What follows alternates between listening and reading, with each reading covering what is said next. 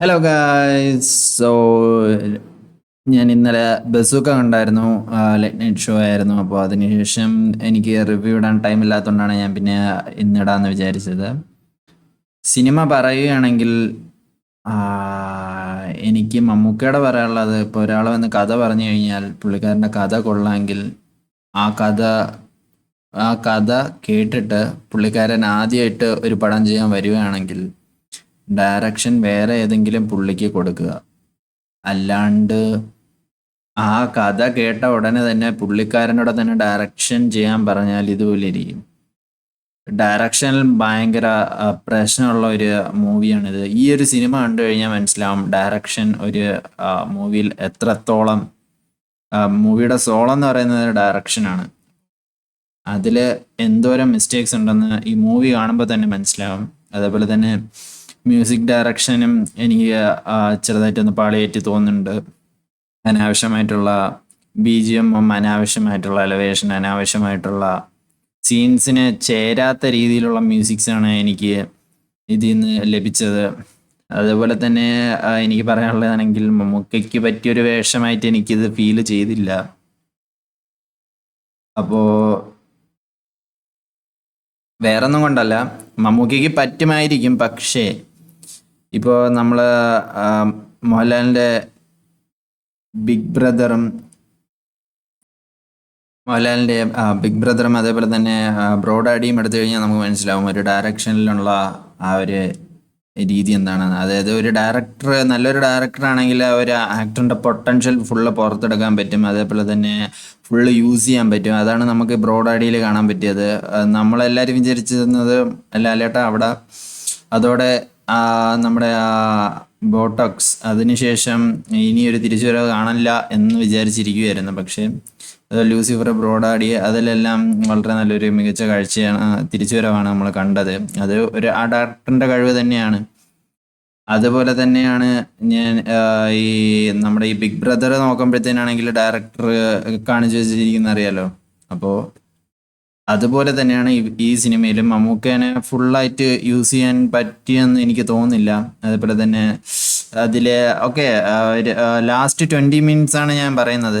അതിലെ ലാസ്റ്റ് 20 മിനിറ്റ്സിലെ പോർഷൻസും കാര്യങ്ങളൊക്കെയാണ് പറയുന്നത്. അതിൽ എനിക്ക് എന്തോ പോലെ അങ്ങനെ അക്സെപ്റ്റ് ചെയ്യാൻ പറ്റില്ല. അതേപോലെ തന്നെ ബി ജി എം, അതേപോലെ തന്നെ through out the B G M was kind of unnecessary over there and here. So അതല്ലാണ്ട് സിനിമയിൽ പോസിറ്റീവ് എന്ന് പറയാൻ കഥ നല്ലൊരു കഥയാണ്. ഞാൻ ഈ കഥ കണ്ട് ഫുള്ള് ഇറങ്ങിയപ്പോൾ ഈ ഫസ്റ്റ് മൈൻഡിൽ വന്നത് തമിഴ് സിനിമയിൽ ഈ ഒരു പ്ലോട്ട് ഇറങ്ങി കഴിഞ്ഞാൽ ബിഗ് സക്സസ് ആയിരിക്കും. അതേപോലെ തന്നെ എനിക്ക് ഇതിൽ കാസ്റ്റ് ചെയ്യാൻ തോന്നിയത് അജിത്തിനെയാണ്.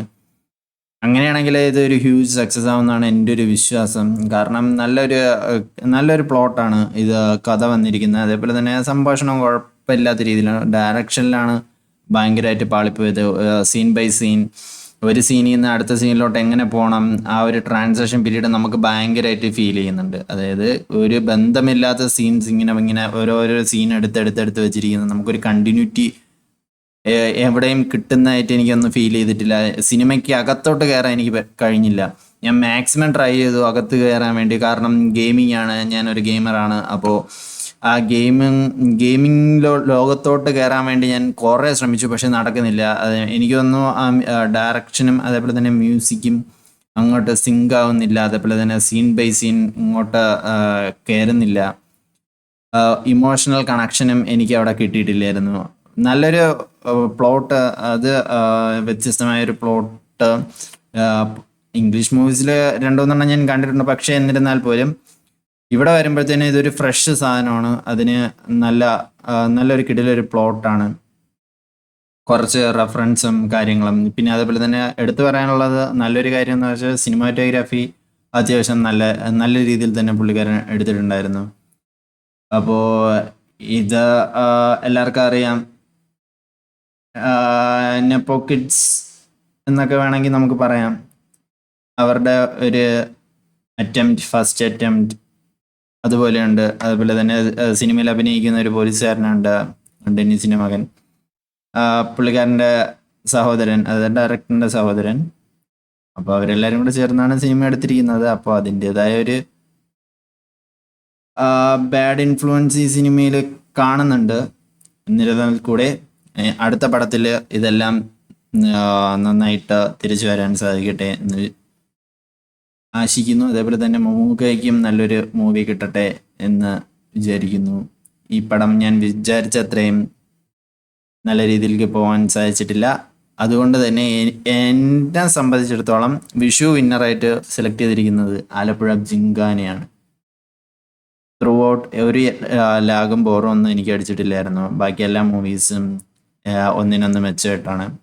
ബസൂക്കയും അങ്ങനെ അടപടലായിരിക്കുകയാണ്.